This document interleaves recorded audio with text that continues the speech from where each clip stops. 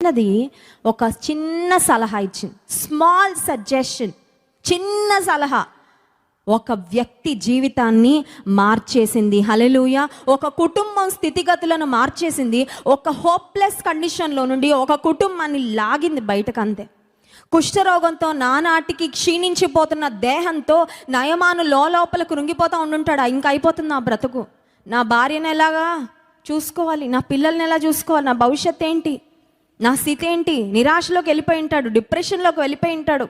ఈ కుష్ఠరోగానికి మందు లేదే, ఈ కుష్ఠరోగానికి నేను ఎంతమంది డాక్టర్స్ దగ్గర తిరిగినా నాకు నయం కావడం లేదే, రోజుకి ఈ శరీరాన్ని బ్యాక్టీరియా తినేస్తూ ఉంటే నేను ఏమీ చేయలేకపోతున్నానని ఎంతో నిస్సహాయంగా ఫీల్ అవుతున్న నయమానుకు ఈ చిన్నది వెళ్ళి చెప్తుంది, మా దేశంలో ఒక ప్రవక్త ఉన్నాడు, ఆ ప్రవక్త దగ్గరకు వెళ్ళి ప్రార్థన చేయించుకుంటే నీ కుష్ఠరోగము బాగవుతుంది. నాకు తెలుసు చాలామంది యవనస్తులు మన సంఘంలో కూడా వారి ఇంటి పక్కన వారు ఎవరో కష్టంలో ఉంటే ఒక్కసారి యేసయ్య దగ్గరకు రండి, ఒక్కసారి మందిరానికి రండి, ఒక్కసారి దేవుని సన్నిధిలో ప్రార్థన చేసుకోండి, దైవజనులను కలవండి, ప్రార్థన చేయించుకోండి, దేవుడు అద్భుతం చేస్తాడు అని తీసుకొచ్చిన వాళ్ళు చాలామంది ఉన్నారండి. ఇశ్రాయేలు చిన్నది వలె. హల్లెలూయా.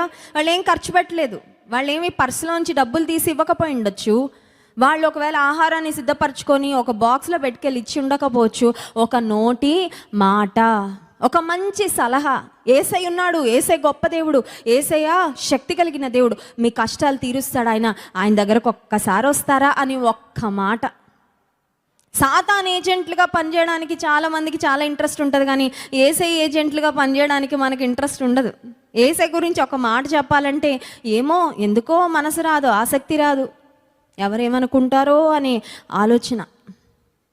ఒక మంచి సలహా ఇవ్వడానికి, నిత్య జీవ మార్గంలోకి రమ్మని ఇతరులను ఆహ్వానించడానికి మనం హెజిటేట్ చేయాల్సిన అవసరం లేదే. అవసరం ఏంటండి? ఇతరులను పాడు చేసే మాటలు పలకడం లేదే. యేసయ్య దగ్గరికి రండి, దేవుడు బాగు చేస్తాడు, దేవుడు స్వస్థపరుస్తాడు, దేవుడు మేలు చేస్తాడని ఒక్క మాట చెప్పడానికి నోరు తెరవలేకపోతున్నాం చాలాసార్లు. ఈ చిన్నది ఒక మంచి సలహా ఇచ్చింది. 4వ వచనం, నయమాను రాజునొద్దకు పోయి ఇశ్రాయేలు దేశపు చిన్నది చెప్పిన మాటలను ఆయనకు తెలియచేయగా వెళ్ళిపోయాడు. చిన్న అమ్మాయి చెప్పిన చిన్న మాట ఒక ఉన్నతాధికారి జీవితంలో కదలిక తీసుకొచ్చింది. నువ్వు నోరు తెరిచి మాట్లాడితే దేవుని గురించి మనుషుల హృదయాల్లో కార్యం చేసేది దేవుడే. హల్లెలూయా.